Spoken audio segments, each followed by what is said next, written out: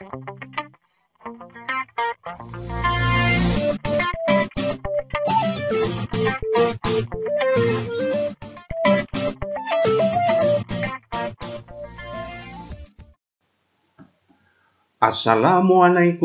warahmatullahi wabarakatuh. Selamat berjumpa kembali bersama Bapak Bambang Asihno.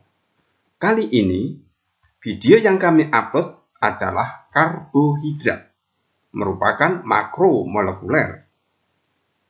Materi ini merupakan kelanjutan dari materi yang sudah kami upload terlebih dahulu, yaitu polimer.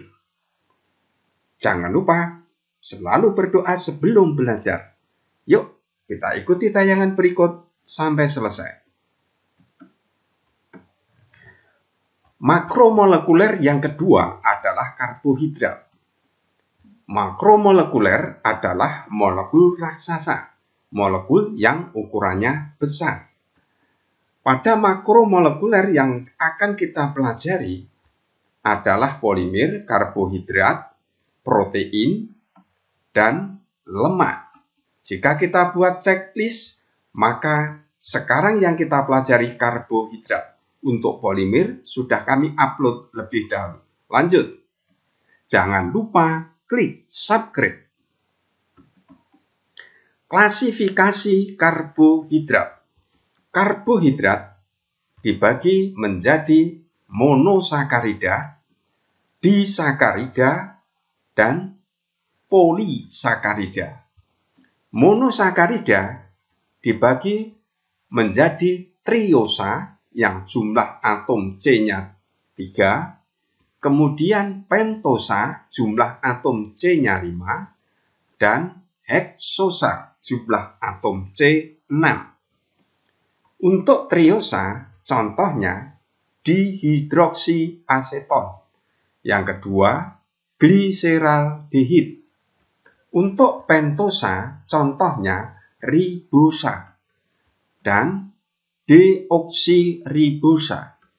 Heksosa, jumlah C-nya 6, contohnya glukose, fruktosa, dan galaktosa. Untuk disakarida, sukrose. Kemudian yang kedua adalah maltose. Disakarida yang ketiga adalah laktose. Ini yang populer. Polisakarida contohnya padi. Yang kedua glikogen. Yang ketiga selulosa. Yang keempat dextrin. Yang kelima heparin. Lanjut. Sekarang kita ke definisi karbohidrat. Definisi awal karbohidrat adalah karbon yang terhidrasi. Artinya, karbon yang kemasukan air. Sehingga awalnya karbohidrat dirumuskan sebagai CxH2OZ. Namun, rumus ini tidak khas. Kita lihat contohnya. Glukosa C6H12O6. Dapat ditulis dalam format CxH2OZ adalah C6H2O6 kali. Sukrosa C12H22O11 tidak dapat ditulis dalam format CxH2OZ. Gliseraldehid C3H6O3 dapat ditulis menjadi C3H2O3 kali. Lanjut. Jangan lupa klik subscribe. Masih definisi karbohidrat. Definisi karbohidrat mengalami perkembangan berdasarkan analisis struktur molekulnya. Kita ikuti. Perhatikan rumus struktur triosa karbohidrat yang terdiri 3 atom C. Nah, ini 3 atom C namanya gliseraldehid, dextrogliseraldehid. Rumus kimianya C3H6O3.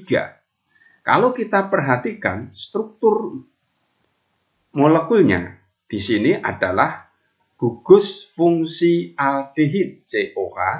Selain gugus fungsi aldehid, ada juga gugus hidroksi OH. Contoh yang lain adalah dihidroksi aseton.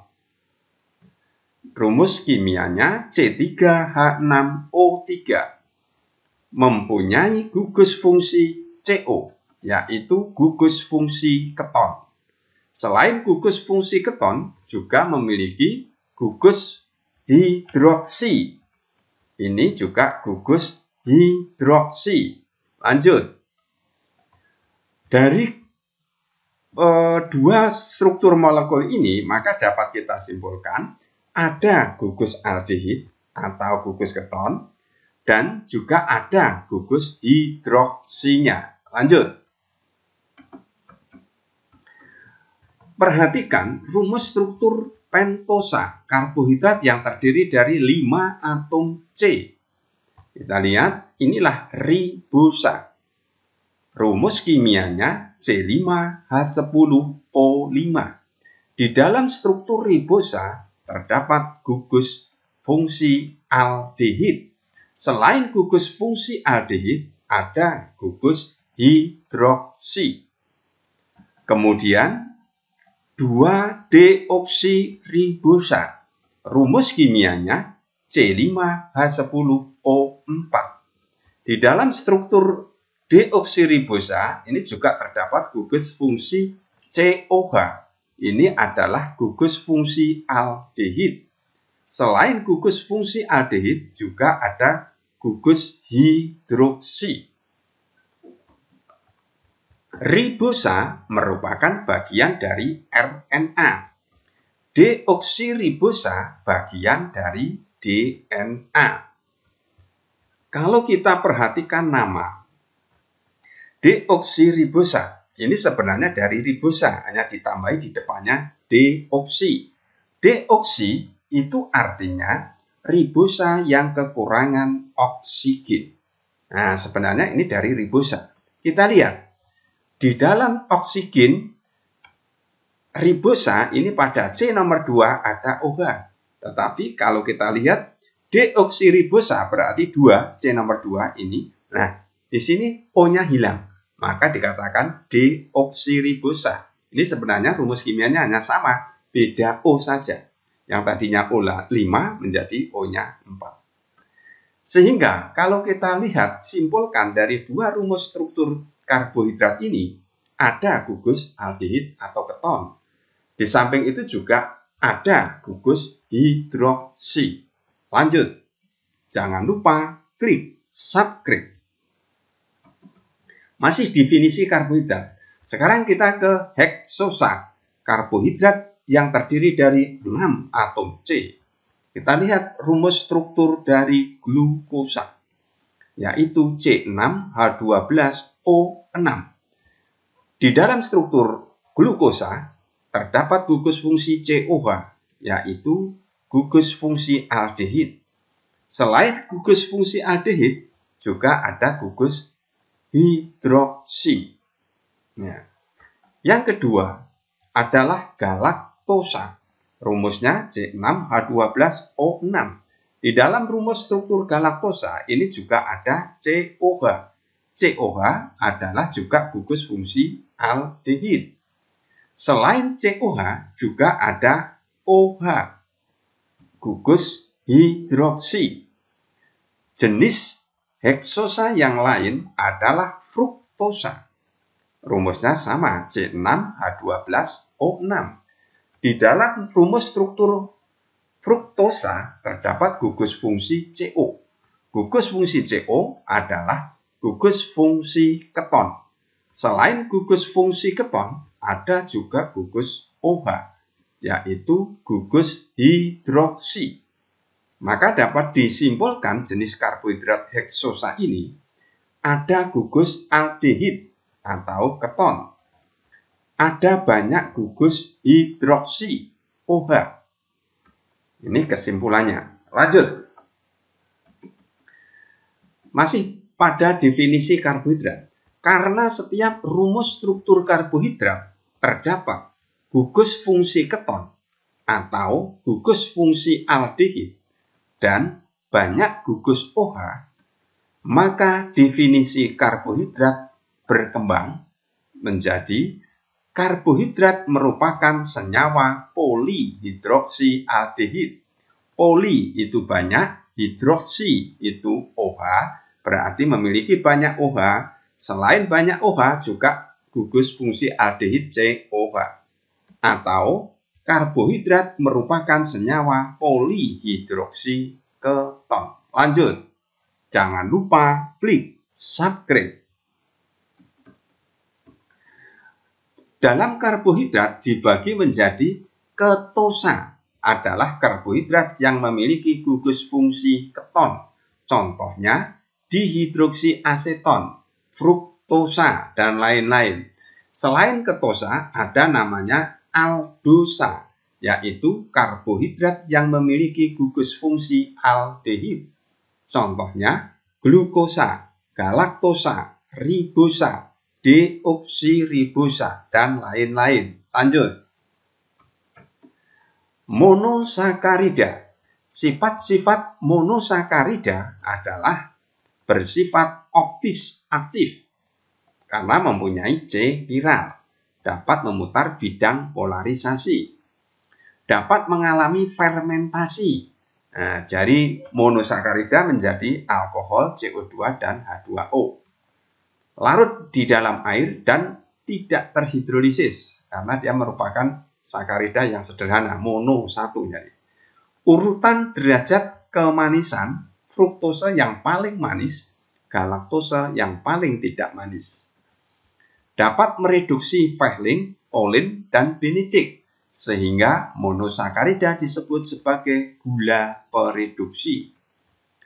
Glukosa komponen utama dalam gula darah, sehingga juga disebut sebagai gula anggur. Fruktosa terdapat pada buah dan madu. Antar monosakarida dapat membentuk disakarida.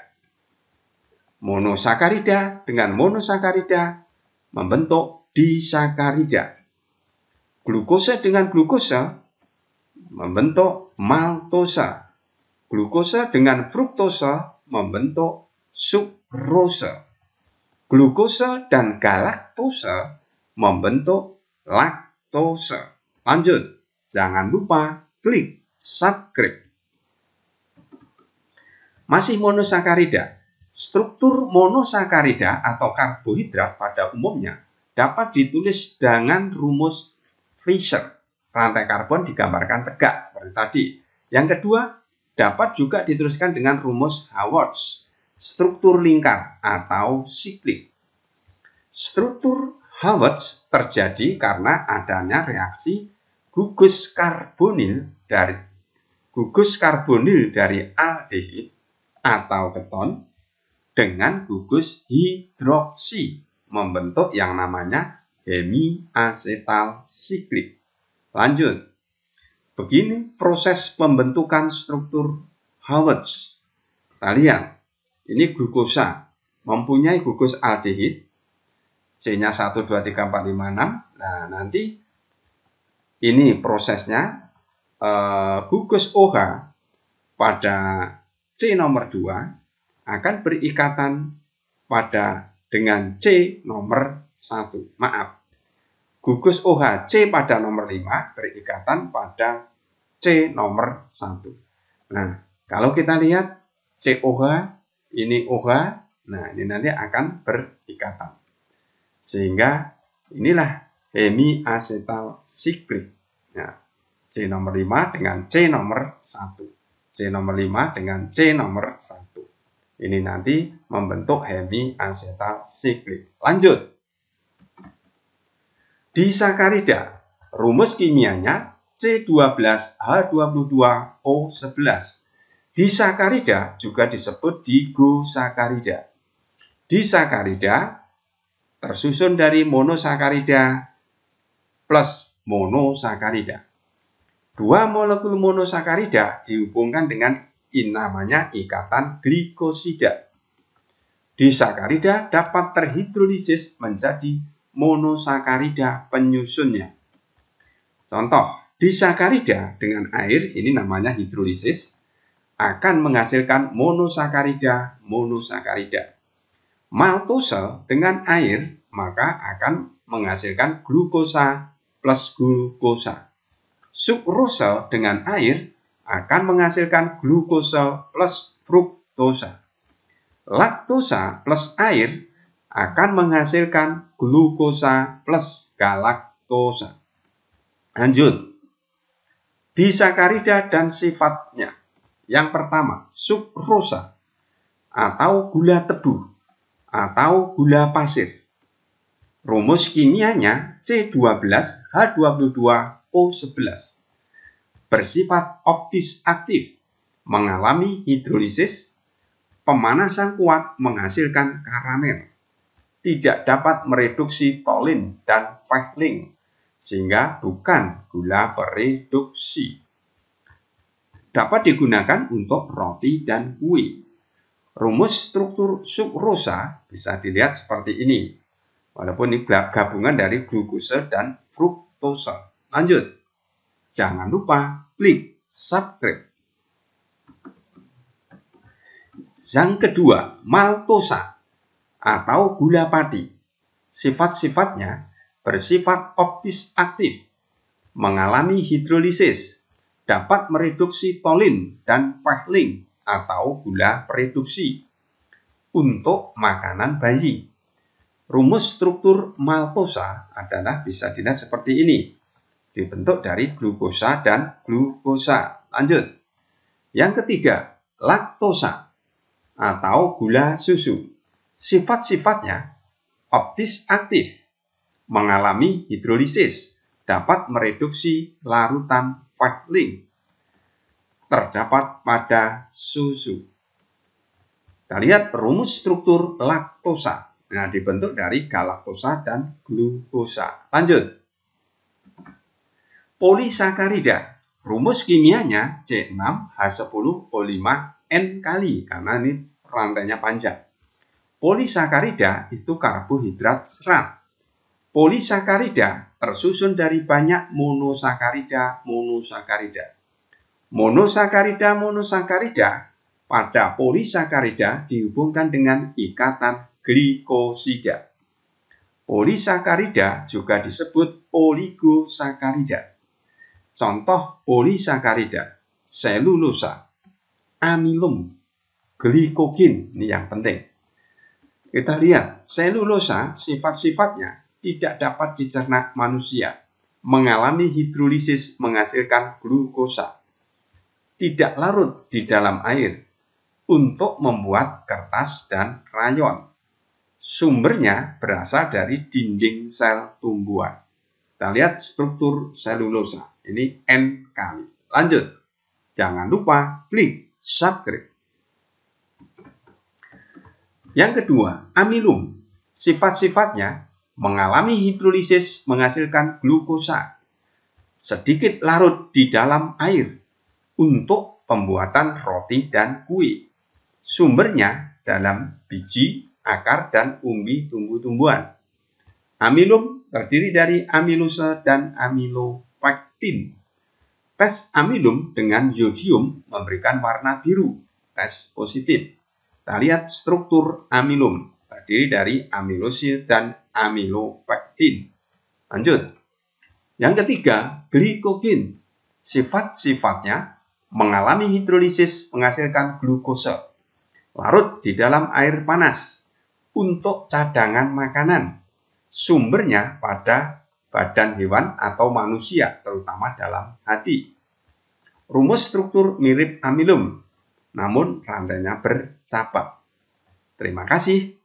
Mudah-mudahan tayangan ini bermanfaat untuk kita semua. Jangan lupa klik subscribe. Wassalamualaikum warahmatullahi wabarakatuh.